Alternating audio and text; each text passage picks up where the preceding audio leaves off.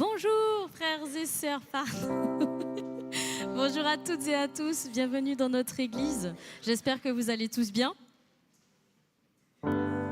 Ouais, j'espère que vous allez tous bien. Voilà, on va prier, on va remettre ce temps entre les mains de notre Dieu et ensuite on va commencer ce temps de louange et d'adoration. Seigneur, vraiment merci pour ta grâce, merci pour ton amour, merci parce que tu es ce Dieu vrai, ce Dieu véritable, Seigneur, ce Dieu qui agit puissamment en nous, Seigneur, et qui a agi dans les vies de nos frères et sœurs qui sont revenus, Seigneur. Alors en tout cas, que ton nom soit béni, que ton nom soit loué en ce matin et que nous puissions tous d'un cœur reconnaissant t'adorer pour qui tu es et pour tout ce que tu nous apportes, Seigneur. Amen. Alors je vais vous lire un petit verset. Oui.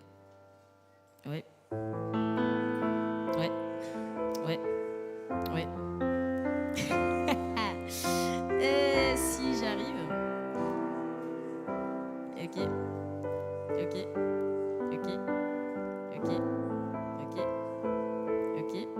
Voilà. Je vais vous lire un petit verset. Voici, je me tiens à la porte et je frappe. Si quelqu'un entend ma voix et ouvre la porte, j'entrerai chez lui, je souperai avec lui et lui avec... D'accord. Et lui avec moi. Le vainqueur, je le ferai asseoir avec moi sur mon trône, tout comme moi aussi j'ai vaincu et me suis assis avec mon Père sur son trône. Que celui qui a des oreilles écoute ce que l'Esprit dit aux églises. Est-ce que vous êtes prêts à écouter notre Dieu en ce matin ? Est-ce que nous pouvons nous lever? Est-ce que nous pouvons vivre pour lui? Est-ce que nous pouvons proclamer « Je veux danser et louer, peu importe ce que je vis » parce que le ressuscité vit en nous, frères et sœurs. Et il mérite toute notre adoration, toute notre louange. Alors qu'on puisse en ce matin proclamer son nom, qu'on puisse vraiment délier tout lien, tout ce qui nous empêche de l'adorer, qu'on puisse vraiment proclamer son nom, comme si nous étions chez nous. Nous sommes chez nous. Allons-y.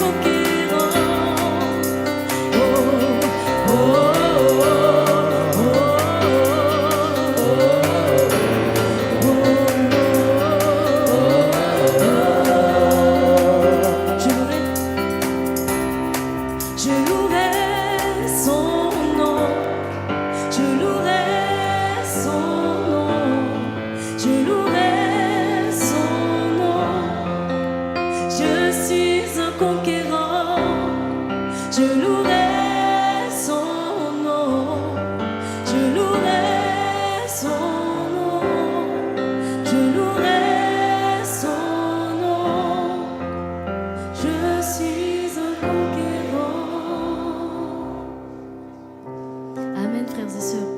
Peu importe ce que l'on vit, parce que le ressuscité vit en nous. Il est vainqueur d'âge en âge. Il ne change pas. Il reste le même hier, aujourd'hui et éternellement. Il nous l'a prouvé. Et il nous le prouvera encore. Et là, on va passer un temps de collecte. Je vais inviter un frère ou une sœur à venir pour justement la collecte. Merci, baby. Et qu'on puisse vraiment dire ce chant. L'ombre et la peur peuvent m'entourer, les éléments se déchaîner. Le Dieu de victoire habite en moi. Peu importe ce que l'on vit, le Dieu de victoire est à nos côtés. Sa main nous soutient au cœur du danger. Vivons pour lui et marchons par la foi avec lui. On va dire ce chant. L'ombre et la peur peuvent m'entourer, les éléments se déchaîner. Le Dieu de victoire se bat pour moi, pour me délivrer. Et rien ne saura lui résister, rien ne pourra le faire plier. Le Dieu de victoire a pris la croix et m'a terrassé. Oh, le Dieu de victoire est à mes côtés, sa main me soutient au cœur du danger. Je vivrai pour lui, marchant par la foi. Le Dieu de victoire habite en moi.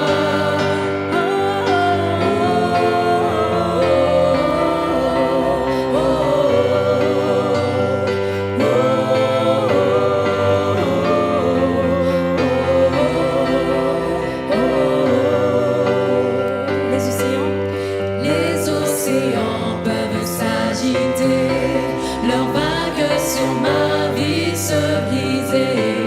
Le Dieu de victoire élève sa voix pour tout apaiser.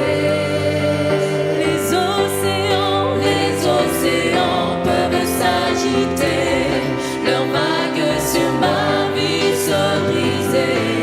Le Dieu de victoire élève sa voix pour tout apaiser. Oh, le Dieu de victoire est à mes côtés, sa main me soutient au cœur du danger. Je vivrai pour lui, marchant par la foi. Le Dieu de victoire habite en moi. Le Dieu de victoire est à mes côtés, sa main me soutient au cœur du danger. Je vivrai pour lui, marchant par la foi. Le Dieu de victoire habite en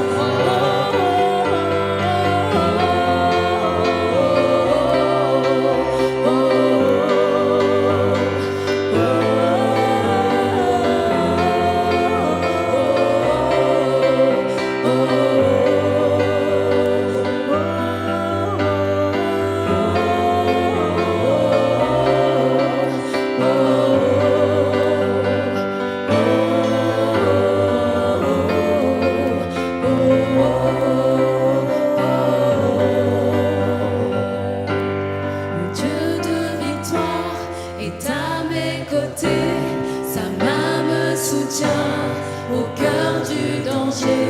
Je vivrai pour lui, marchant par la foi. Le Dieu de victoire habite en moi. Le Dieu de victoire est à mes côtés, sa main me soutient au cœur du danger. Je vivrai pour lui, marchant par la foi. Le Dieu de victoire habite en moi. Le Dieu de victoire est à mes côtés, sa main me soutient au cœur du danger. Je vivrai pour lui, marchant par la foi. Le Dieu de victoire habite en moi.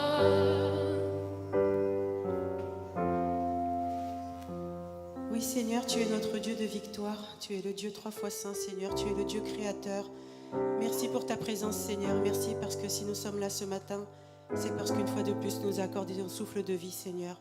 Entends nos cœurs, Seigneur, entends nos voix et reçois cette louange, Seigneur, à travers cette offrande, Seigneur mon Dieu. Vraiment que tu puisses la bénir, la fructifier pour l'avancée de ton œuvre, Seigneur. Que tout le monde puisse entendre parler de toi, Seigneur, que tu es le Dieu qui sauve, Seigneur mon Dieu.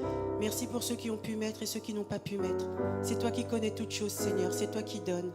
Alors reçois humblement ce que nous avons mis dans cette corbeille. Dans le nom précieux de ton Fils Jésus, sois exalté et loué, Père éternel, dans le nom précieux de ton Fils Jésus. Amen.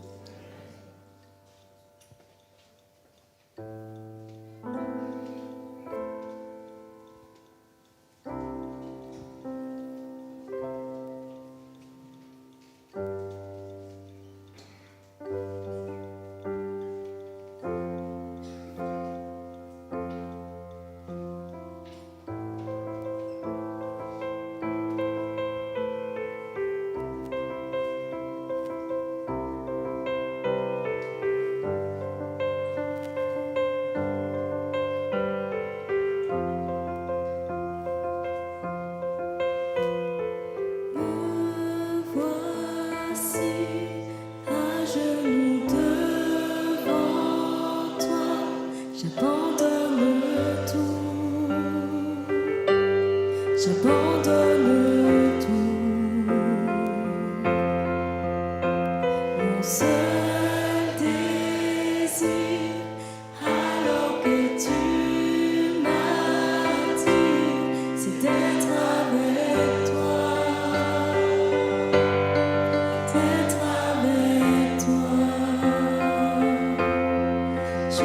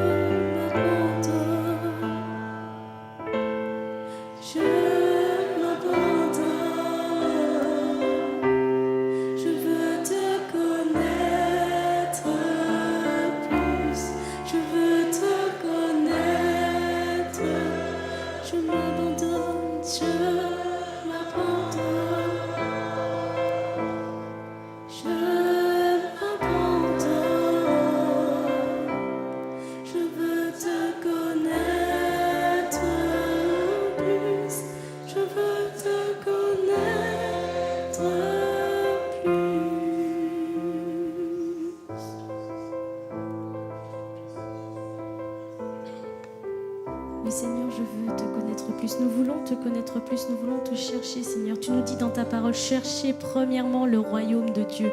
Et toutes choses vous seront données par-dessus, Seigneur. Alors on veut vraiment s'approcher de toi. On veut vraiment te chercher premièrement, Seigneur.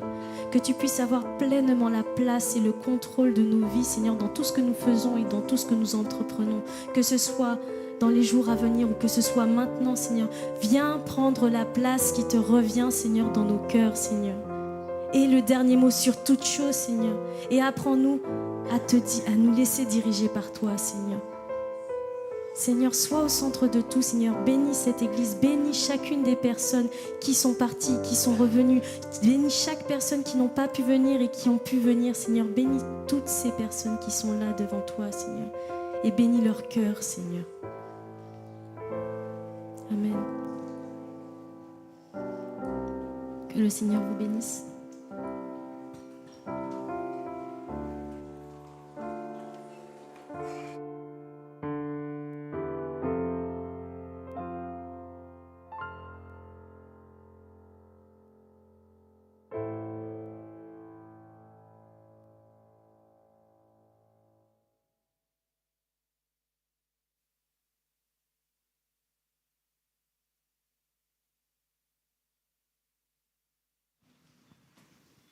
Bonjour à tous. Waouh, quel bonjour. Bonjour à tous. Bonjour. Vous allez vraiment nous manquer. Hein? Ça fait 3 semaines qu'on ne se voit pas, mais nous étions tous connectés. On a prié pour vous comme de la même façon que vous avez prié pour nous, l'équipe qui a été envoyée en Inde et au Népal. Mais là, vous voyez l'équipe. Est-ce que la grande partie de 12 sont là ce matin? Est-ce que vous pouvez vous lever, s'il vous plaît? Regardez qu'est-ce qu'ils sont beaux et belles.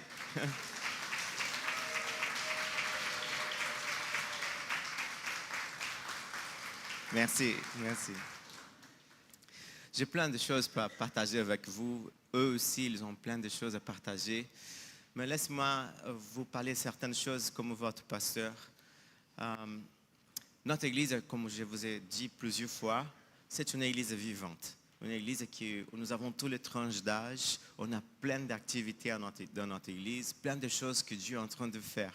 Il va continuer à faire. Il va continuer à faire parce que c'est son projet pour nous, c'est son désir que le royaume du Seigneur puisse continuer à grandir dans cette région-là. Alors, c'est vrai que parfois, on voit tellement de choses qu'on ne sait pas vraiment dire merci vraiment au Seigneur parce que les bénédictions sont sans fin. C'est tout le temps, il nous envoie. Il y a des moments délicats, difficiles, mais les bénédictions du Seigneur, c'est incroyable. Notre église, on reçoit de plus en plus de nouvelles personnes. Aujourd'hui, il y a plusieurs qui ne sont pas là, mais nous avons pas mal de nouvelles personnes. Et des gens qui sont déjà chrétiens, qui emménagent, qui arrivent ici, qui trouvent l'église de Vitry. D'autres personnes qui vont se faire baptiser. Le mois prochain, nous avons 4 personnes qui vont se faire baptiser. 4. Et moi, je remercie Dieu. Et vous? Hein? Nous venons d'arriver d'un voyage missionnaire. C'est notre deuxième voyage missionnaire. Dans un pays spécial, on va dire comme ça, l'Inde, parce que c'est le 11e pays le plus persécuté. Et après, nous sommes tous rentrés dans la joie. Certains ont quand même dansé à l'arrivée au Charles de Gaulle parce que le voyage a été spécial. Tout à l'heure, vous allez voir, malheureusement, pour ceux qui sont à la maison, et même vous qui vous êtes là, tout ce qu'on va partager avec vous par rapport à l'Inde ne peut pas être enregistré, soit votre téléphone, soit YouTube, pour leur sécurité, l'Église persécutée. Mais là, j'ai besoin de vous dire un grand merci au nom de l'équipe et de l'Église indienne et népalaise aussi. Parce que nous avons vécu des moments très forts, très forts. Et on savait qu'il y avait ici une équipe qui était là pour nous soutenir. Et je vais vous dire, sans vous, vraiment, ça serait vraiment difficile, super difficile. Et vous allez comprendre plus tard pourquoi j'ai dit ça. Mais la persécution a été forte. Très, très forte. J'ai vécu dans ces pays-là et je veux vous dire que ça a été quelque chose de spécial. Moi, je suis fier de l'équipe parce que les 11 qui m'ont accompagné, jamais on était dans un pays comme l'Inde, avec une église persécutée. Peut-être que quelqu'un pourrait juste aller dans une agence de tourisme et aller dans des endroits exotiques en Inde. Mais là, ce n'était pas notre cas. On était avec l'église persécutée dans une région très sensible. Et un grand merci à toute l'église. Mais il y a aussi des gens que je sais que vous êtes là pendant la semaine, même après le culte le dimanche, vous avez été ici pour prier pour nous. Et ça a fait vraiment toute la différence. Toute la différence. 2 personnes en spécial, je voudrais remercier. C'est David Ponta. Parce que là, il a prêché 2 fois et il est même venu pour l'intercession le mardi soir. Et nous te remercions, David. Toute l'église et l'équipe, nous te remercions. Je sais que tu fais tout le temps pour le Seigneur, mais il faut remercier.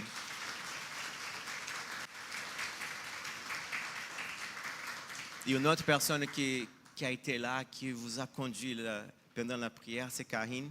Karine, merci aussi.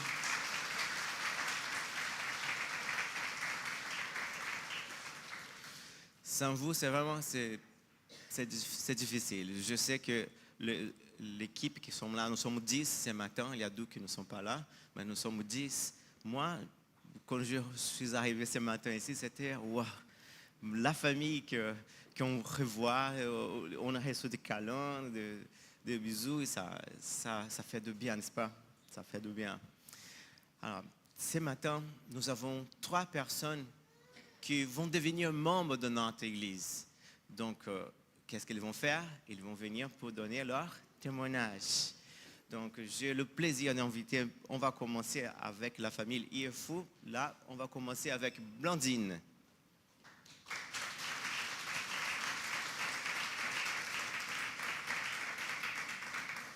Elle peut venir si elle veut venir. Hadas, tu viens Hadas?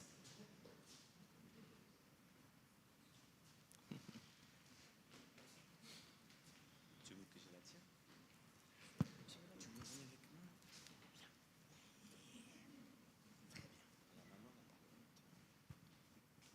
Bonjour à tous. Je m'appelle Blondine Yefou. Je suis l'épouse de Thierry Yefou qui est derrière. Je suis l'épouse de Thierry Yefou qui est assis là derrière. Et bon, je vais commencer. Je suis née dans une famille chrétienne au Cameroun. Mon papa était protestant et ma mère catholique, mais j'ai été baptisée catholique. Du coup, après, quand j'ai grandi, j'ai rencontré Thierry. Et bon, même avant que je le rencontre, j'ai commencé à me poser des questions sur les pratiques qui se passaient à l'église catholique et je n'étais pas trop d'accord. Du coup, j'ai préféré intégrer l'église protestante et j'ai commencé à fréquenter l'église protestante de Baptiste de Châtelet. Et aussi, j'ai rencontré Thierry. Bon, j'ai rencontré Thierry avant de fréquenter l'église et vu qu'il allait là-bas, on a commencé à fréquenter cette église tous les deux. Et on s'est mariés en 2019 et on a eu 2 enfants jusque-là. Là, on a déménagé à Choisy-le-Roi et avec les enfants, ça a commencé à devenir compliqué d'aller à Châtelet. Quand on était célibataire ou sans enfants, ça allait. Mais avec les transports qui dérangeaient et les 2 enfants, le deuxième enfant qui est venu récemment, ça devenait compliqué d'aller à Châtelet. Du coup, on a regardé les églises baptistes proches de Choisy-le-Roi et on est tombé sur cette église. Thierry est venu en éclaireur, il a fait 2 cultes, il a vu que c'était bien. Et du coup,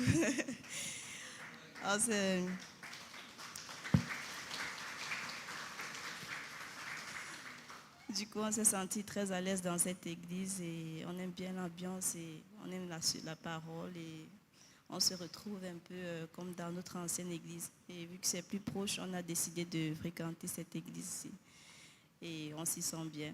Voilà. C'est bon pour moi.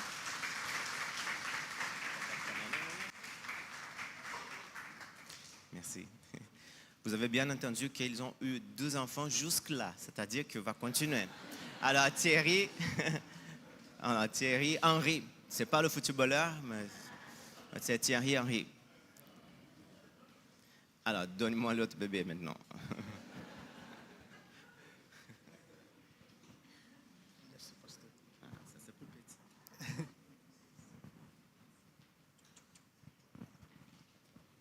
Bonjour à tous.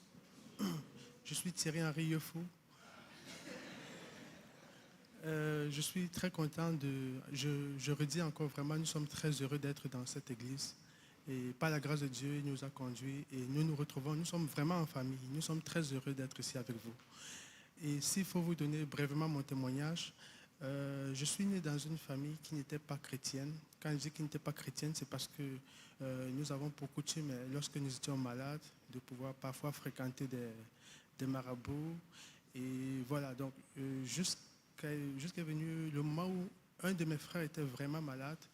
Et par la grâce de Dieu, on a eu un pasteur qui est du côté de la famille de mon papa qui est venu nous rendre visite et qui nous a laissé une Bible et qui nous a exhortés à la prière, qui nous a encouragés que Jésus-Christ peut nous sauver en fait, il peut nous enlever de cette situation. C'est comme ça qu'on a commencé à regarder à la Bible, à lire de temps à autre chaque soir comme un livre d'histoire. Et mon papa qui nous accompagnait dans la prière de temps à autre, je me rappelle de ces mots quand il vous voyait encore Dieu en disant « Je vous remercie Seigneur pour la protection que tu nous accordes ». C'est comme ça que finalement on s'est accroché à l'église. Et par la suite, j'ai grandi depuis tout petit dans l'église, comment je dirais, au culte d'enfants, où j'ai appris pas mal de bonnes valeurs. Et par la suite, j'ai eu mon baccalauréat. Je suis arrivé en France en 2014. Et je peux vous rassurer que j'ai bien sûr que j'ai grandi dans une famille au culte d'enfants, mais je peux vous rassurer que j'avais un principe que je gardais à moi. C'était un principe de pouvoir me préserver puis jusqu'au mariage. Et je croyais que ce principe, c'était le principe le plus important devant Dieu et que tout autre péché, que ce soit le mensonge, les envies et plein d'autres choses, en fait, c'est pas très grave. Mais le fait d'être préservé puis jusqu'au mariage, c'est ça qui est le plus important pour Dieu. Et donc, en 2014, j'embrasse une communauté chrétienne et camerounaise. Et c'est comme ça que je commence à me laisser influencer et je visite les boîtes de nuit. J'ai fait plein de boîtes de nuit, donc voilà. J'avais une vie, je sentais que je n'étais pas à l'aise. Je sentais que j'étais triste. Malgré les belles résolutions que j'avais dans le cœur de pouvoir rester pur jusqu'au mariage, malgré ces belles résolutions, venu un jour où je suis tombé dans le péché. Et je crois que c'était ce moment-là où le déclic a commencé. Je me suis encore senti plus misérable dans ce moment-là que par le passé. J'étais encore plus triste, sachant que j'ai fait presque 3 jours dans le noir. Je sortais juste pour aller au campus et je rentrais, mais j'étais vraiment triste. Je pouvais garder cette apparence-là joyeuse devant les étudiants, devant les camarades. Mais une fois, dans mon intimité, j'étais encore plus triste. Et par la grâce de Dieu, j'ai rencontré, il y a une amie qui m'a connecté avec Jeunesse et Vie qui arrivait en province au moment où je vivais. Et donc, ils ont intégré ma chambre. En fait, je les ai ouvert les portes de ma chambre pour qu'ils venaient pour l'évangélisation. Et c'est comme ça qu'ils étaient très surpris de voir l'accueil qu'on les a fourni. Mais je pense c'était le projet de Dieu en tout cas. Ils m'ont une personne qui m'a retiré dans un coin et qui m'a prêché l'évangile. Moi, en fait, j'avais pour intention de ne pas leur révéler ma vie. Mais pendant qu'ils me parlaient, je voyais une différence avec ses frères. Tellement ils étaient tellement amour. Ils avaient de la patience. Et je me sentais en confiance. C'est comme ça que j'ai craqué et je les ai parlé de ma vie. Et j'ai parlé à ce frère de ce que je vis, ce que je mène. Et il a prié pour moi, il m'a demandé de confesser mes péchés, c'est comme ça que j'ai confessé mes péchés. Et par la suite, ils m'ont invité au baptême. Et je me suis baptisé à l'église baptiste du Mans. Et je rends grâce à Dieu pour ce jour, parce que j'ai compris finalement que devant Dieu, il n'y a pas une catégorie de péché, mais en fait, toutes ces choses, en fait, tout ce qui est envie, tout ce qui est sexualité ou quoi que ce soit, en fait, c'est horrible devant les yeux de Dieu. Et je suis reconnaissant pour ça. Chaque jour, dans la foi, on essaye de pouvoir tendre vers la progression à l'image de Christ. Et je suis reconnaissant encore. Je ne vais pas rentrer dans les détails pour comment on a fait pour revenir, pour être ici avec vous. Blandine l'a déjà si bien dit. Et je veux juste vous dire encore merci parce que vous êtes très accueillants et nous sommes fiers d'être avec vous.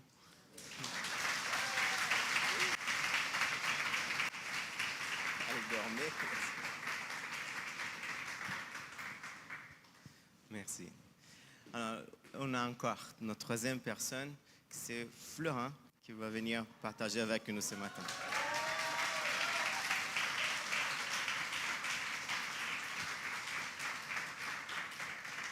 Du coup, bonjour tout le monde. Pour ceux qui ne me connaissent pas, je m'appelle Florent Velayoudon, j'ai 22 ans. Et du coup, pour vous faire un rapide résumé de mon témoignage, je suis originaire de la Martinique. J'ai grandi en Martinique dans une famille chrétienne. Et comment je me suis converti, en fait, mon église avait l'habitude tous les mois de novembre de faire une campagne d'évangélisation. En fait, beaucoup de choses étaient organisées autour de l'évangélisation, y compris des cultes organisés le soir. C'était tous les dimanches soirs. Et dans ma jeunesse, je vous avoue que je ne me souviens pas du tout de quel âge j'avais. C'était vraiment pas l'important. En fait, j'étais tout enfant, en primaire, je dormais, j'ai école le lendemain. Et en fait, j'ai eu pas mal de cauchemars, j'étais un peu tourmentée et tout. Et en fait, comme tout enfant, je suis allé voir mon papa. Du coup, je suis allé voir mon papa, qui est accessoirement le pasteur de l'église dans laquelle je me réunis. Et je lui ai parlé de mes problèmes et tout. Et bien évidemment, étant dans une famille chrétienne, il m'a lu pas mal de versets, il m'a expliqué pas mal de choses. Et j'ai compris que j'ai beau être dans une église, c'est une relation personnelle qu'on a avec le Seigneur. C'est pas juste aller à l'église et autres. Et j'ai fait le choix justement de personnellement suivre le Seigneur. J'ai prié avec lui et je sais que depuis ce jour-là, je suis avec le Seigneur, que le Seigneur est avec moi et que je grandis avec ma famille, mais aussi avec lui. Du coup, ben, depuis, j'ai continué à évoluer dans l'église, faire les activités, etc., etc. Bien évidemment, le baptême s'est présenté à moi. Je me suis baptisé à 18 ans. Et bon, c'est une histoire un peu classique, hein. Je me suis senti appelé. J'ai parlé au pasteur qui était toujours accessoirement mon père. Et ben, du coup, il m'a encore expliqué des choses. J'ai suivi des cours de baptême. Je me suis baptisé avec ben, tout un groupe aussi. Et ben, là encore, j'ai suivi enfin, j'ai compris et j'ai continué à vivre avec le Seigneur, qu'il approuvait ce que je faisais. Et depuis, ben, je m'efforce à le faire. Bon, comme vous savez, j'étais en Martinique, j'ai été en Guadeloupe, maintenant je suis en France. Et ben, là encore, j'ai cherché une église. Grâce au merveilleux conseil d'une tante à moi, j'ai trouvé cette église qui, dès le départ, m'a plu tout de suite. Et ben, du coup, j'ai tenu à continuer dans cette église. Ça fait maintenant plus d'1 an que je me réunis ici. Et ben, j'espère pouvoir aider l'église de la même manière qu'elle m'aide depuis que je suis ici. Voilà.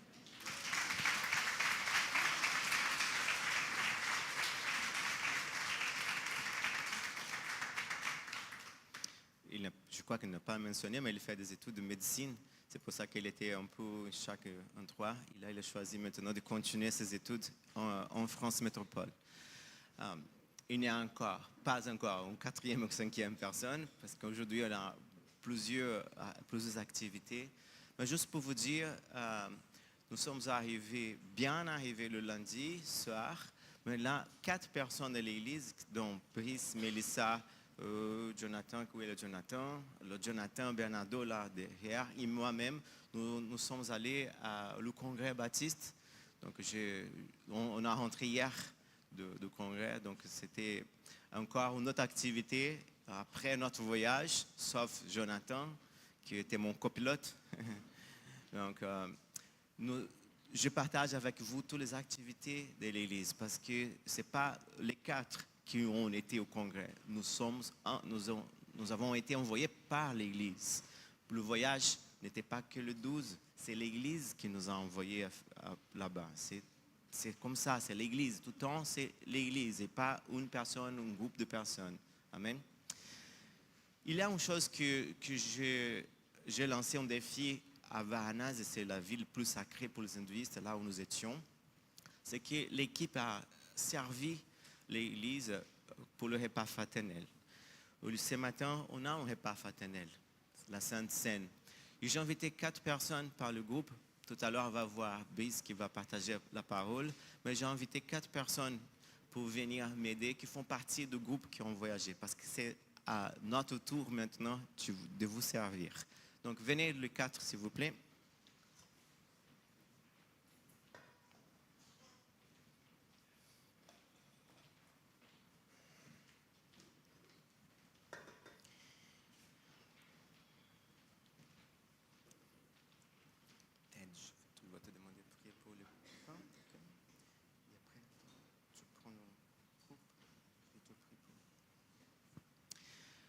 Je vais inviter chacune qui vont participer de ces moments, ceux qui nous rendent visite. Nous vous demandons si vous avez accepté Jésus comme votre Seigneur et Sauveur. Et par tradition de l'Église de Vitry, si vous avez déjà été baptisé, nous vous invitons à vous lever pour participer de ces moments.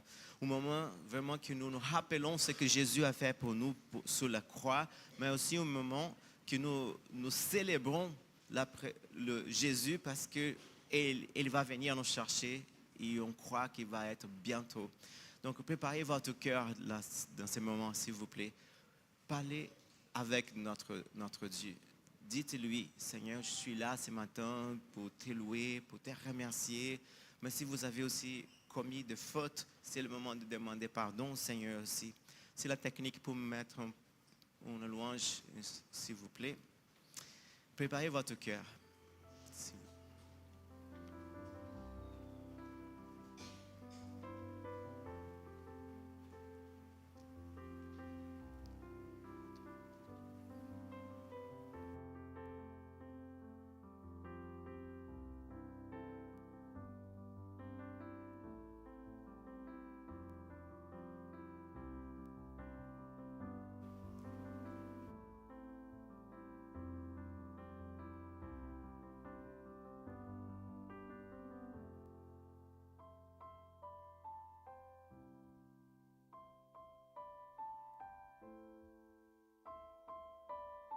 Seigneur, merci pour ton amour, merci pour qui tu es. Seigneur, on est vraiment reconnaissant, Seigneur, d'être dans ta présence ce matin ensemble. Quelle joie pour nous, Seigneur, de pouvoir venir te prier, t'adorer, te chanter en toute liberté. Merci pour la présence de chacune des personnes présentes. Merci pour ces temps que tu nous permets de passer, Seigneur Jésus. Qu'ils sont bons, Seigneur Jésus, et merci parce que nous ressentons ta présence, Seigneur. Merci pour la vie de chaque personne et merci pour la croix, Seigneur Jésus. Merci parce que tu as été à la croix, mourir pour nous, porter le poids de nos fautes, alors que nous n'avions vraiment aucun mérite, Seigneur. Ton corps a souffert, il a été meurtri, Seigneur Jésus. Et ce matin, Seigneur, on est là, on est vraiment reconnaissant de ce que tu as fait pour nous, Seigneur. Tu es ce Dieu à qui nous pouvons parler, ce Dieu qui est mort mais ressuscité, Seigneur Jésus. Donc, merci parce que nous pouvons nous adresser directement à toi ce matin. Et on est vraiment dans la joie, Seigneur Jésus. Pardon pour nos fautes, pardon pour nos manquements, Seigneur Jésus. Et nous sommes vraiment à genoux, Seigneur. Nous sommes vraiment dans une attitude de repentance, Seigneur, ce matin. Gloire à ton louange à toi et merci encore pour ta présence. Amen. Jean 6, 51 dit, « Je suis le pain vivant des saints dieux du ciel. Si quelqu'un mange de ces pains, il vivra éternellement. » Seigneur, je te dis merci pour cette coupe, Seigneur, qui représente ton sang qui était versé à la croix. Je te dis merci, Seigneur, pour ce sacrifice que tu as fait pour nous. Je te dis merci, Seigneur, de nous avoir donné ta vie, Seigneur, afin que nous ayons la vie éternelle, afin que nos péchés, Seigneur, soient pardonnés.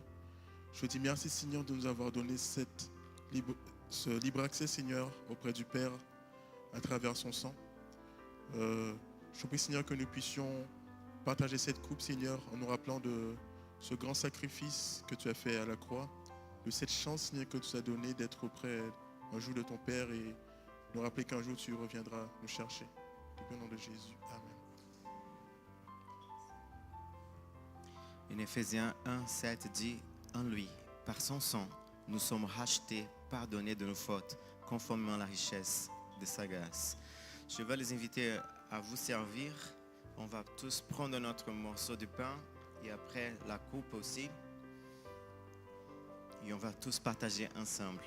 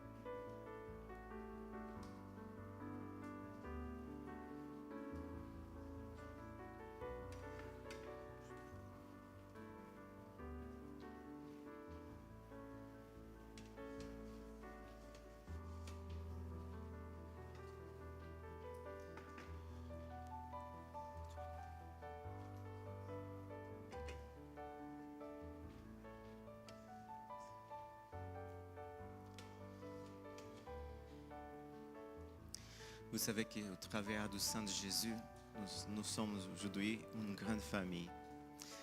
D'être avec les Indiens, les Népalais et aujourd'hui avec vous, on voit la main de Dieu, on voit la présence du Seigneur parmi nous. On peut ressentir l'amour qui vient du Père, n'est-ce pas? C'est pourquoi on va tous célébrer ensemble ce que la parole dit, car voici la tradition que j'ai reçue du Seigneur, que je vous ai transmise. Le Seigneur Jésus, dans la nuit, il fut livré pour être mis à mort, pris du pain. Et après avoir prononcé la prière de reconnaissance, il le rompit en disant, ceci est mon corps. Il est pour vous. Faites ceci en souvenir de moi. De même, après le repas, il prit la coupe et dit, cette coupe est la nouvelle alliance, scellée de mon sang. Faites ceci toutes les fois que vous en boirez en souvenir de moi. Donc, chaque fois que vous mangez de ces pains et que vous buvez de cette coupe, vous annoncez la mort du Seigneur et ceci jusqu'à son retour. Je vous invite à tous à participer ensemble.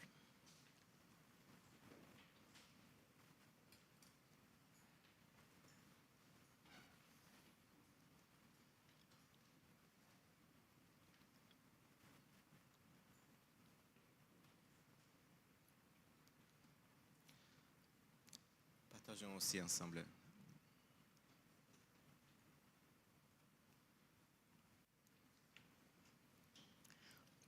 Je vous invite à prendre votre place. Continuez dans la prière.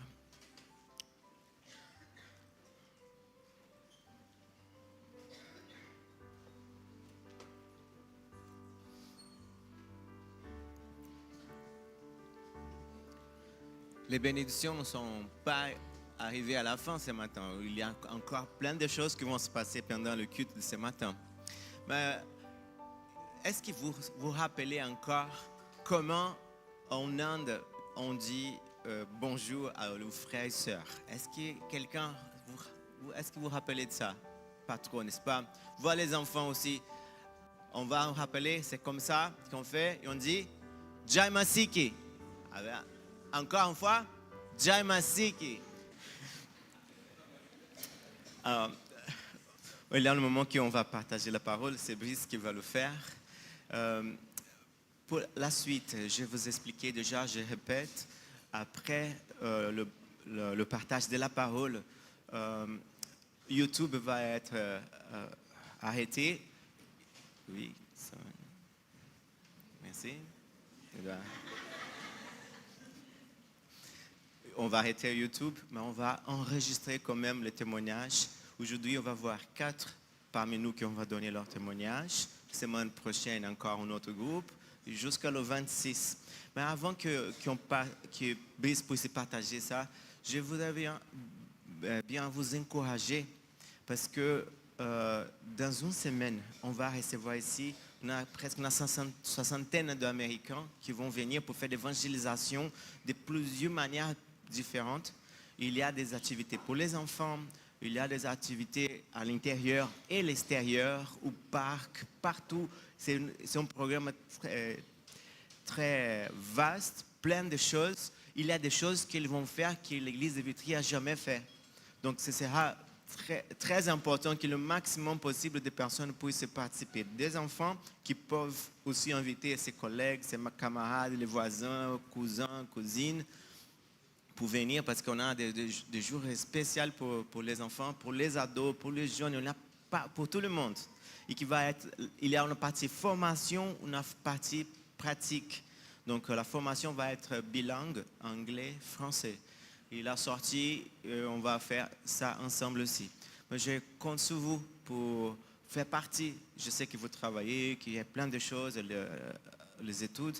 Mais dès que vous avez des moments pour venir à l'église, on ne va pas avoir de réunions pendant la semaine parce que le programme, c'est le matin, le soir, du mardi jusqu'au samedi. Et le dimanche, ils vont participer au culte avec nous aussi. Mais le lundi encore, vous allez voir, il y a encore la sortie de l'église aussi, plein de choses qui vont se passer. Et le mois prochain, on a des baptêmes, on a des repas fraternels, on a des mariages, on a 3 mariages programmés là le mois de juillet et de septembre. Donc vous voyez l'église, une église vivante, n'est-ce pas? Et nous remercions Dieu pour cela. Après là, maintenant, je vais inviter les enfants moins de 10 ans pour descendre. Et pour les 10 ans plus, vous pouvez rester pour plus tard écouter et voir aussi des choses par rapport au voyage. Bis, viens. Que le Seigneur te bénisse, utilise ta vie ce matin.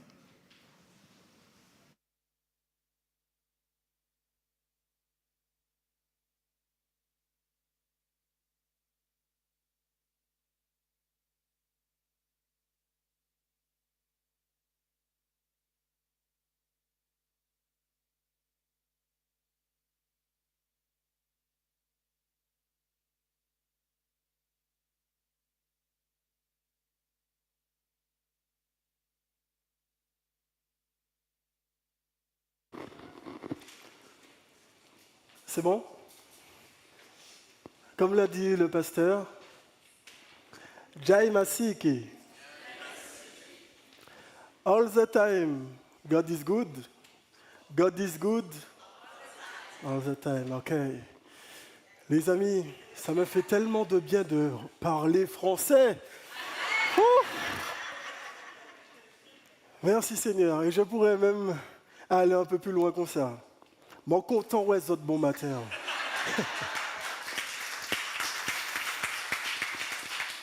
Alors, pour ceux qui ne parleraient pas créole, j'ai tout simplement dit que je suis content de vous voir ce matin. Vraiment. C'était une expérience riche, extraordinaire. On va voir une vidéo par la suite du culte. On va témoigner.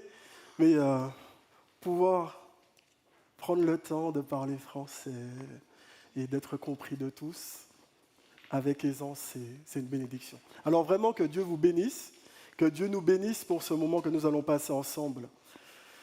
Comme vous le savez, aujourd'hui, c'est un culte sur le thème de la mission. Le thème de la prédication d'aujourd'hui, c'est tout pour sa gloire. Et en fait, nous allons voir dans le livre de 3 Jean, dans l'épître de 3 Jean, pourquoi nous allons voir que absolument tout ce que nous faisons, tout ce que nous disons, ce que nous sommes, doit absolument être dirigé, guidé, pour la gloire d'un seul nom, pour la gloire d'un seul qui mérite notre louange, notre adoration et notre révérence. L'épître de 3 Jean.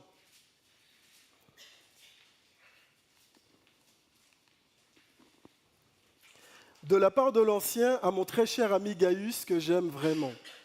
Très cher ami, je souhaite que tout aille bien pour toi et que tu sois aussi en bonne santé physiquement que tu l'es spirituellement. J'ai éprouvé une grande joie quand des frères et sœurs sont arrivés et qu'ils ont déclaré que tu vis vraiment en accord avec la vérité. Ma plus grande joie, c'est d'apprendre que mes enfants vivent en accord avec la vérité. Très cher ami, tu es fidèle dans tout ce que tu fais pour les frères, même étrangers. Ils ont témoigné de ton amour devant notre Église. Aide-les, je t'en prie, à financer la suite de leur voyage d'une manière digne de Dieu. En effet, ils se sont mis en route pour le servir sans rien accepter des païens. Excusez-moi. Nous avons donc le devoir de soutenir de telles personnes et ainsi être des collaborateurs de la vérité. Amen. 3 Jean, verset 1 au verset 8. Et en fait, dans cette lettre, l'apôtre Jean s'adresse à Gaius, dans ce court passage en tout cas, et il se présente comme l'ancien. Vous savez, parfois dans l'Église, on n'aime pas trop le terme d'ancien parce que ça fait référence à un âge beaucoup plus mûr. Mais lorsque Jean fait référence à ce terme de l'ancien, il veut montrer que c'est également un ancien dans la foi. Un ancien pour l'Église, et c'est même celui qui a amené certains parmi ceux auxquels il s'adresse à la foi. C'est un homme qui a marché pas mal d'années avec le Seigneur. Et il s'adresse à son très cher ami, Gaius. Voici ce que le passage nous dit sur Gaius. Gaius, c'est un bien-aimé, c'est un très cher ami de Jean. Jean nous dit également qu'il est en bonne santé spirituelle. Jean nous dit qu'il vit en accord avec la vérité. Il nous dit également qu'il est fidèle.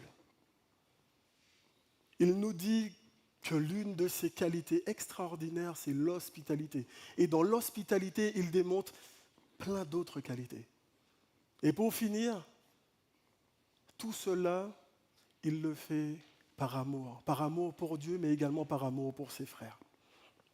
Et en fait, la vie de ce disciple va nous inspirer, en fait.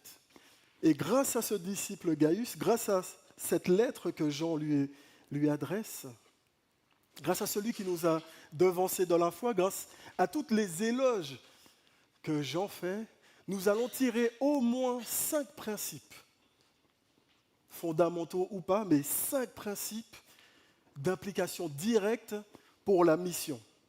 Un premier principe que l'on peut voir,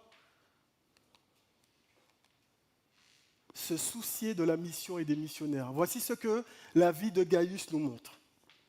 Se soucier de la mission et des missionnaires.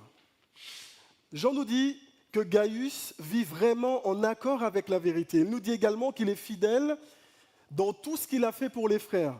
Et il conclut en disant au verset 8, « Nous avons donc le devoir de soutenir de telles personnes, de tels missionnaires. » Vous savez, Gaius, il grandissait dans la grâce et dans la vérité. Et si vous regardez le passage, Jean va répéter au moins jusqu'à 3 fois, dans d'autres traductions, le fait que Gaius était dans la vérité. Il aime Gaius dans la vérité, Gaius aimait en vérité, et la vie de Gaius était en accord, il marchait dans la vérité. Et cette vérité, en fait, de la connaissance du Christ, de la connaissance de la parole de Dieu, portait des fruits concrets tels que l'amour. Et lorsque l'apôtre Jean parle de ça, il dit « Gaius, c'est une grande joie pour moi lorsque des frères qui t'ont visité disent que tu marches dans la vérité, que tu as pris soin d'eux. » En marchant dans l'amour, Gaius avait aidé des serviteurs du Seigneur et il avait coopéré avec la vérité. Vous savez, aujourd'hui, nous marchons, ou en tout cas, tous ceux qui ont fait ce pas de foi avec le Seigneur sont appelés à marcher dans la vérité, dans le monde dans lequel nous sommes en fait. Et le fait que nous marchions dans la vérité suffit à réjouir le cœur de notre Seigneur. Jésus, dans Jean 4,6, nous dit « Je suis le chemin, c'est-à-dire la vérité et la vie. Personne ne vient au Père autrement que par moi. » Ça veut dire que lorsque l'on manifeste la vérité dans notre vie pratique, on manifeste le fait que nous marchons dans les traces de Jésus lui-même. Et Jean va même dire, il y a un enjeu, vous savez, entre chrétiens, à exercer l'hospitalité. L'enjeu à exercer l'hospitalité, je vous donne ça sur le fait d'une slide. Le Seigneur ne tarde pas à réaliser sa promesse comme certains le pensent, mais il fait preuve de patience envers vous, car il refuse que même un seul court à sa perte. Au contraire, il veut que tous aient l'occasion de changer de vie. Ça, on le lit dans 2 Pierre 3,9. Il ne veut qu'aucun périsse, mais que tous parviennent à la repentance. Jean 3,16 nous dit que Dieu a tant aimé le monde. Et pour finir, je lis le Matthieu 10,40 qui dit « Celui qui vous accueille, m'accueille. Et celui qui m'accueille, accueille également celui qui m'a envoyé. » Et en fait, pourquoi exercer l'hospitalité? Pourquoi ce que Gaius fait est une chose qui est honorable, une chose qui est bonne et une chose que tout chrétien devrait faire?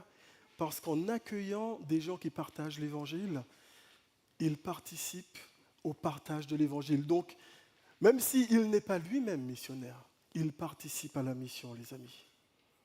Nous avons donc le devoir de soutenir de telles personnes. Alors j'ai une question pour vous ce matin. Est-ce que vous vous souciez réellement de la mission et des missionnaires? Les Écritures sont claires sur le fait que le désir de soutenir la diffusion de l'Évangile auprès de ceux qui ne l'ont pas entendu, c'est un élément, vous savez comment? Normal de la santé chrétienne. Par la grâce de Dieu,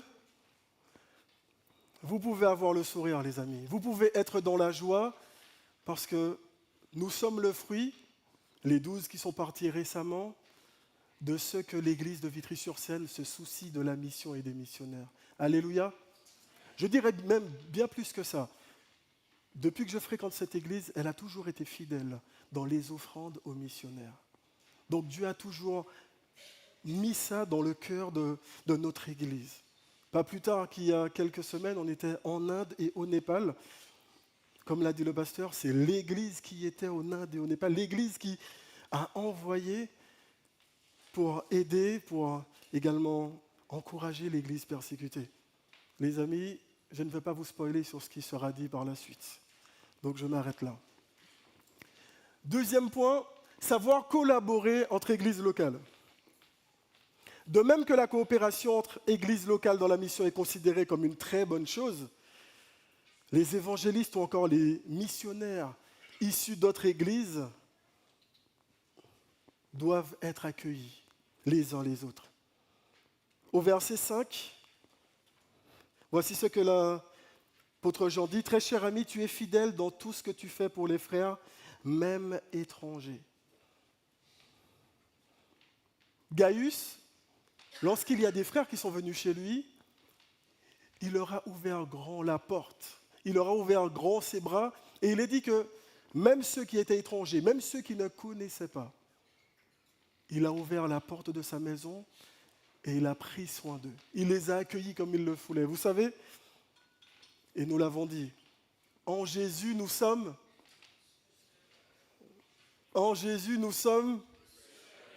ça c'est une chose. Mais en Jésus nous sommes un. En Jésus nous sommes une famille. Et c'est pour ça que tout ce qui est nationalité, race, culture, ethnie, peu importe, ces choses n'ont pas d'importance lorsque nous sommes en Jésus, les amis. Ce qui a plus d'importance, c'est qu'il a fait de nous une famille. Et c'est pour cela que Gaius manifeste de l'amour fraternel à sa famille, même s'il ne les connaît pas, même s'ils ne parlent peut-être pas sa langue et qu'ils ont du mal à se comprendre, mais parce qu'ils ont le même enjeu qui est de partager l'Évangile dans toutes les extrémités de la terre, alors il se fait un devoir de pouvoir aider ses frères. Vous savez, lorsque nous sommes arrivés en Inde, je peux dire son prénom ou je dois rester comme on faisait en Inde? C'est sur YouTube? Ok. Donc, le pasteur qui nous a accueillis là-bas, on l'appelait Mr. P. Parce que son prénom commence par P. Et vous savez, l'église persécutée là-bas, c'est quelque chose. Donc il fallait éviter de donner trop de détails et dire trop de prénoms. Mais Mr. P et sa famille nous a fait un accueil grandiose, les amis. Lorsqu'ils nous sommes arrivés, nous n'avons pas ressenti que c'est vers un étranger qui nous accueillait. Nous avons ressenti que c'est un frère dans la foi, avec sa famille, qui nous accueille dans son pays. Et ça, c'est la grâce de Dieu et c'est la nécessité ou la vie pratique de l'Évangile, de la vérité, mais aussi de l'amour.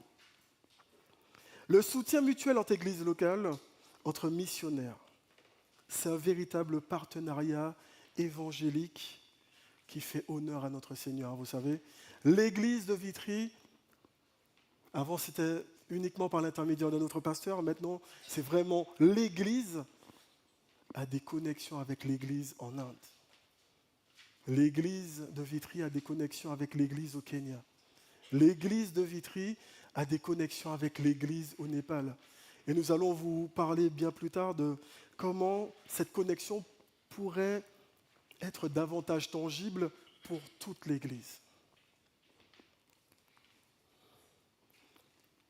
Nous devons soutenir les missionnaires. Nous devons soutenir les chrétiens. Mais l'apôtre Jean dit qu'il y a des gens spécifiques qu'il faut soutenir dans cette œuvre.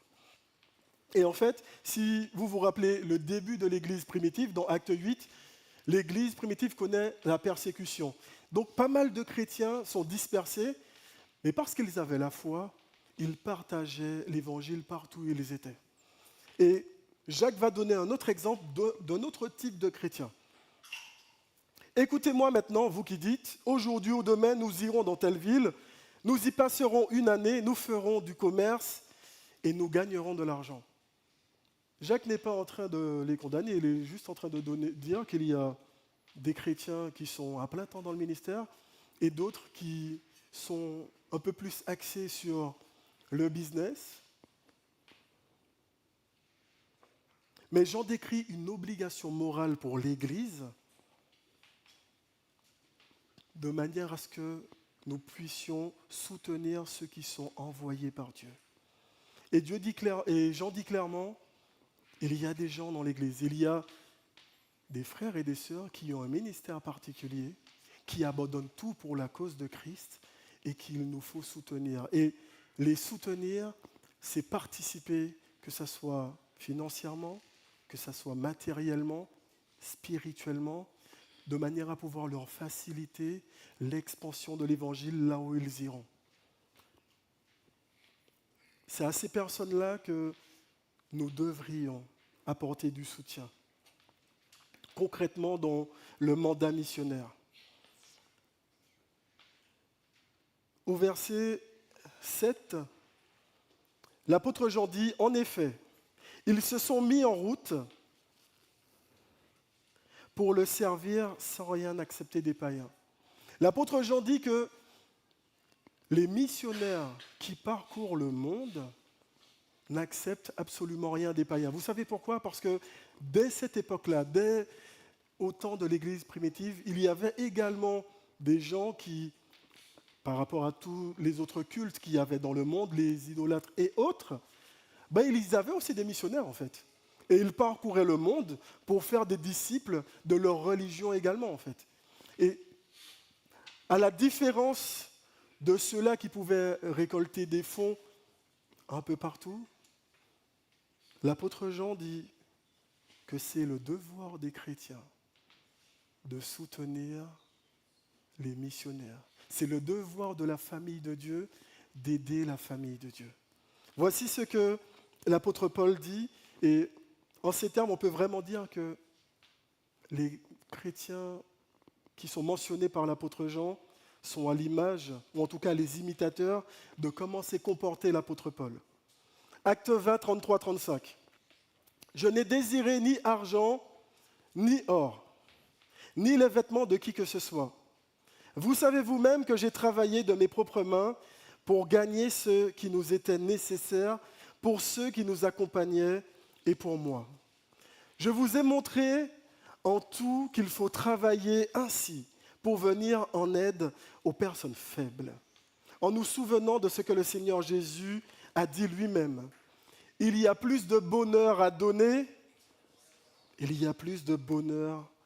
qu'à recevoir. » L'apôtre Paul lui-même a travaillé parce qu'il ne voulait pas être dépendant des gens du monde ou récolter des fonds n'importe où, mais il a montré l'exemple. Et à un moment précis, Dieu l'a mis à part pour le consacrer pleinement au ministère.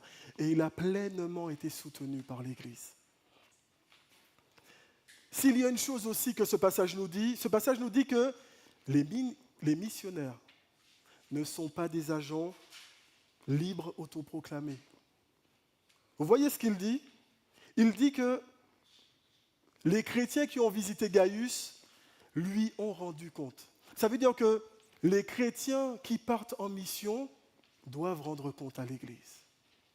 Et c'est ce que nous allons faire à la fin de ce culte. Mais ce que j'en dis, c'est que les chrétiens qui ont visité Gaius lui ont rendu compte. Et c'est grâce à ce compte qui a été rendu, ce compte rendu qui a été fait, qu'il se rend compte que Gaius est un frère qui persévère dans la foi, que Gaius est un frère qui a à cœur la mission, que Gaius est un frère qui soutient l'œuvre pleinement. Ils retournent dans l'église et ils racontent les merveilles qu'ils ont vues, qu'ils ont faites, mais également tout le soutien qu'ils ont eu de la part des frères et des sœurs. soutenir considérablement, les amis. Le verset 6 dit, « Ils nous ont témoigné de ton amour devant notre Église. Aide-les, je t'en prie, à financer la suite de leur voyage d'une manière digne de Dieu. Aide-les, je t'en prie, à financer la suite de leur voyage d'une manière digne de Dieu. » Et vous savez, le souci du voyage missionnaire, c'est vraiment un fardeau que Dieu met sur le cœur des chrétiens. Un fardeau qui n'est pas lourd à porter, mais un fardeau qui est utile pour l'avancement de son œuvre. Et c'est également ce que Paul va dire à Tite, dans Tite 3,13. « Aie soin de pourvoir au voyage de Zénas, le docteur de la loi, et d'Apollos, en sorte qu'il ne manque de rien. » Lorsque nous soutenons les missionnaires, notre but devrait simplement être qu'il ne manque de rien, que absolument rien ne soit en entrave à leur ministère. Bien évidemment, à la mesure de ce que Dieu nous met à cœur, mais c'est un encouragement en fait à donner. Et le dernier point, c'est être motivé par l'amour et la gloire de Dieu, d'où le titre de cette prédication. Tout pour sa gloire. L'élan qui doit animer l'aller, l'envoi et le soutien des missionnaires, c'est l'amour pour la gloire de Dieu et la connaissance de la vérité de Jésus-Christ, les amis. La glorification du nom de Jésus, ça doit être le moteur pour tout missionnaire. Le moteur, je dirais même, pour tout chrétien. Pas seulement les missionnaires, mais aussi pour tout chrétien que nous sommes.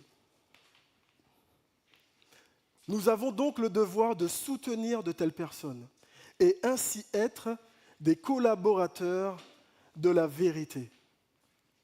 Si vous voyez bien, autant Jean s'adresse à Gaius directement, autant là, il s'inclut personnellement dans le fait que nous avons donc le devoir de les soutenir. Il ne dit pas « il se pourrait que si c'est possible pour toi ».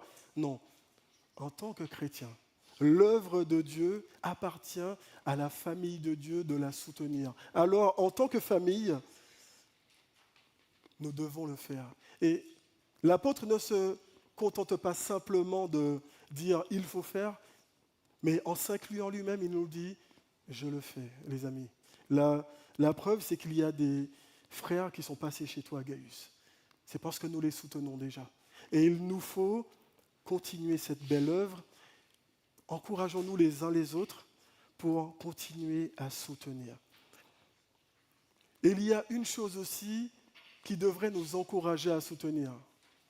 Les frères et sœurs qui parcourent le monde, ou même le pays, je dirais, pour partager l'Évangile. Philippiens 1, 3 à 5. Voici ce que l'apôtre Paul dit aux Philippiens. « Je remercie mon Dieu chaque fois que je pense à vous.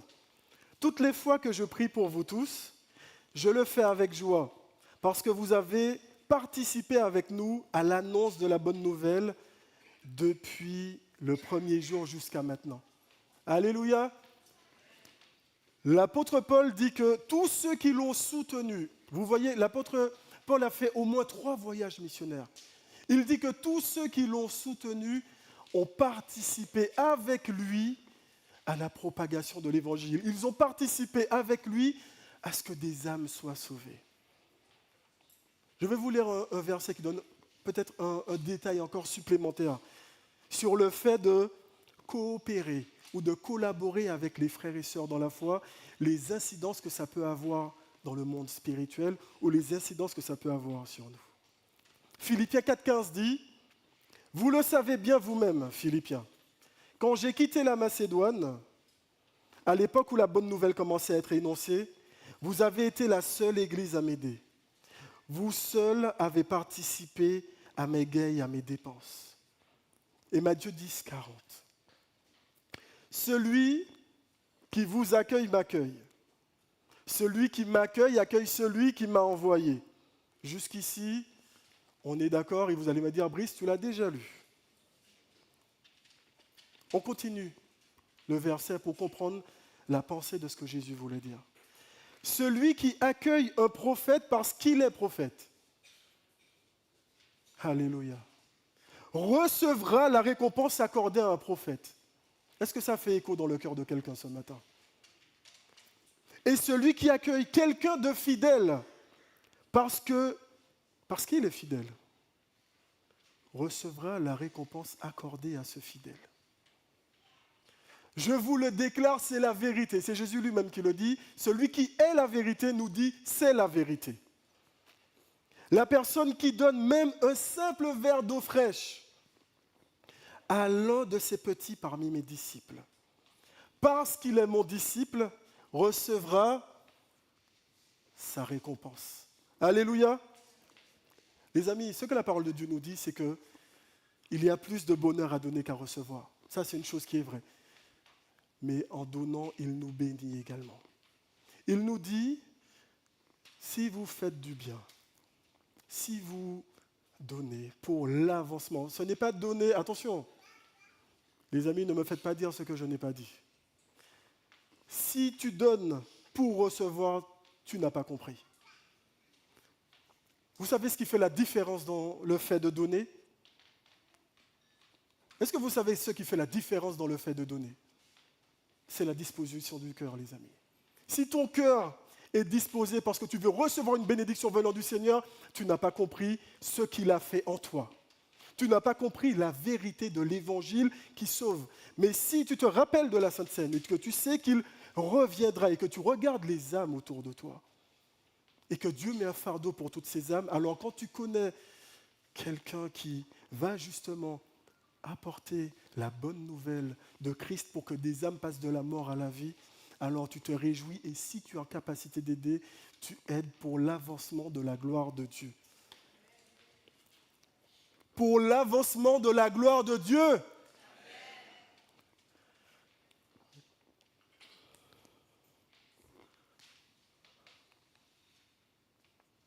Tout pour sa gloire.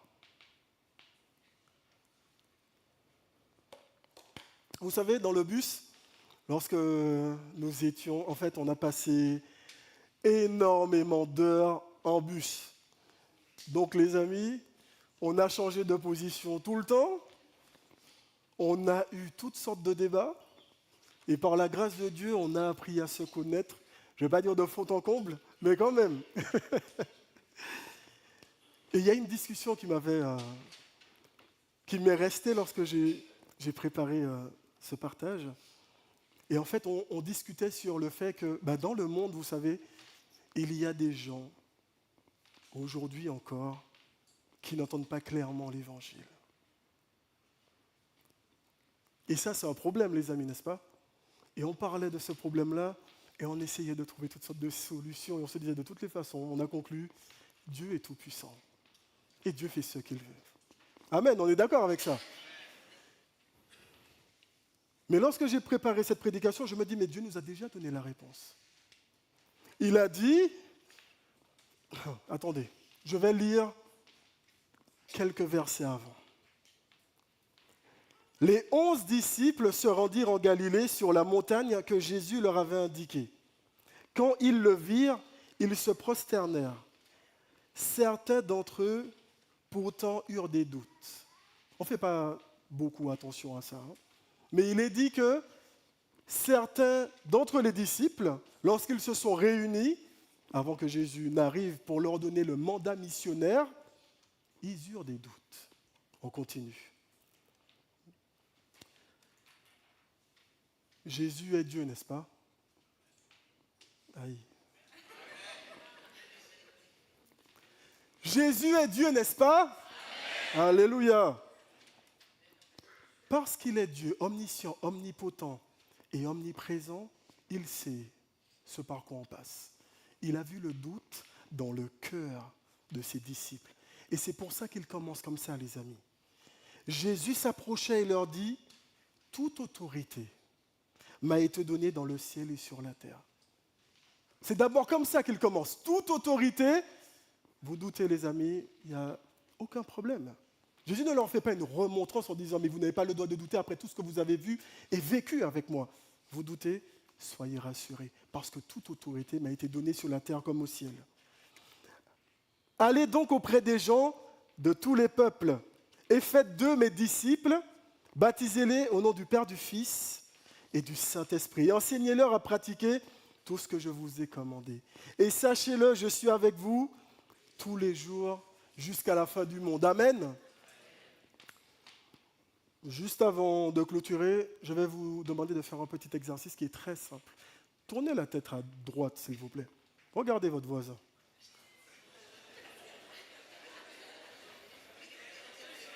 Tournez la tête à gauche maintenant. Regardez votre autre voisin. C'est bon? Vous savez ce que vous venez de voir? Vous venez de voir quelqu'un qui est capable de remplir la mission. Ah non. Je répète. Vous venez de voir quelqu'un qui est capable de remplir la mission que Christ a donnée à l'Église. Alléluia. Je ne dis pas que nous devons tous être missionnaires. Je dis qu'il y a un mandat missionnaire qui nous a été confié et que nous devons le réaliser. Nous devons en prendre conscience. Nous devons faire de ce mandat missionnaire nôtre.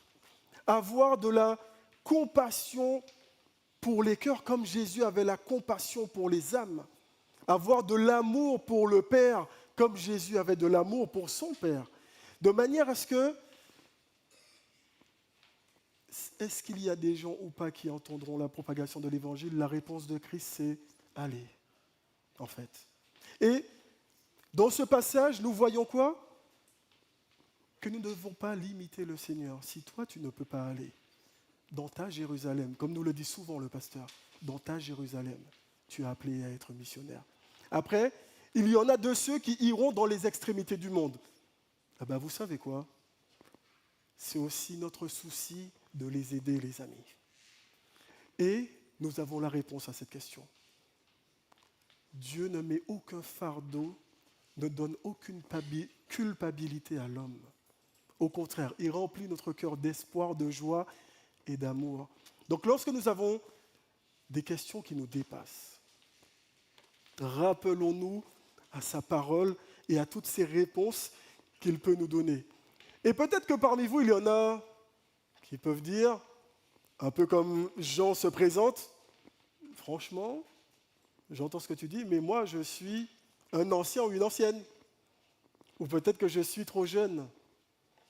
Je peux vous dire qu'à la fédération, lors du congrès, les amis, dans la MIB, Mission Intérieure Baptiste, il y a ce qu'on appelle la recherche pionnière. La recherche pionnière, c'est tout ce qui a trait à l'implantation d'églises, en fait, au sein même de la France. Je peux vous dire qu'il y a des frères et des sœurs qui paient le prix, qui se sacrifient et ils ne regardent pas à leur âge. Autant il y a des recherches pionnières qui sont relativement jeunes, autant il y a des recherches pionnières où les frères et sœurs sont assez avancés en âge. Mais vous savez quel est leur souci? Que la gloire de Dieu soit révélée à la nation française, les amis. Parce qu'ils ont cet amour pour le Père, qu'ils ont cette compassion pour les âmes, ils ne regardent pas à leur confort.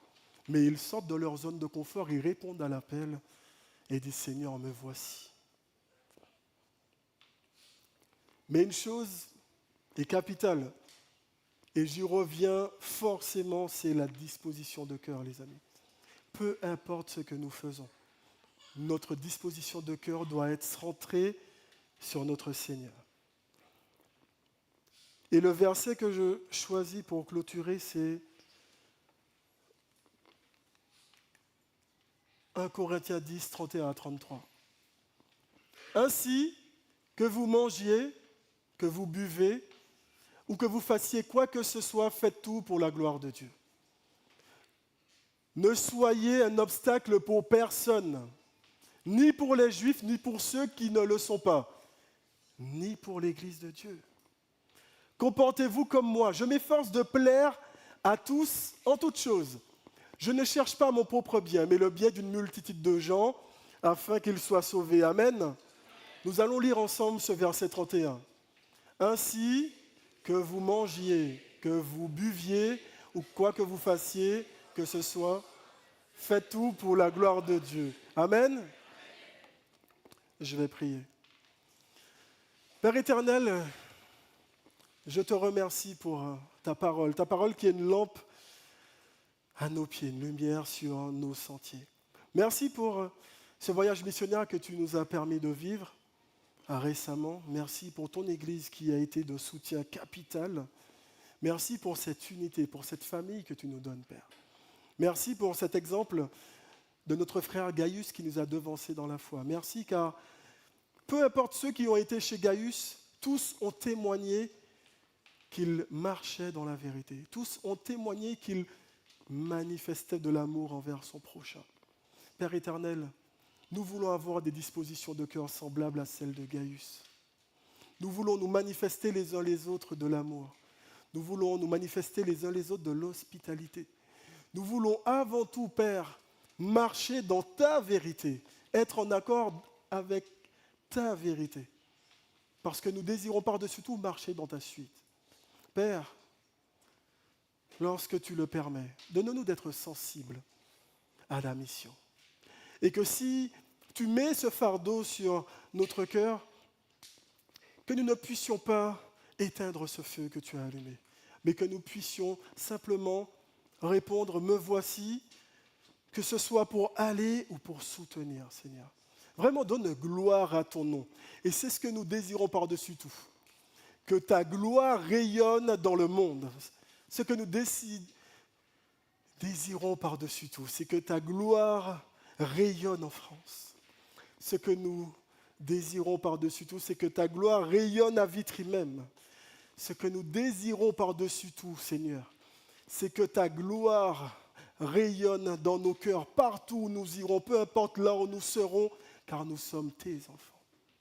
Merci pour ce Dieu fidèle et vrai que tu es. Merci pour ton amour et ta fidélité, car tu nous accompagnes à chaque instant. Merci, Père, car nous savons que tout pouvoir t'a été donné sur la terre et dans le ciel. Alors, nous pouvons être en paix.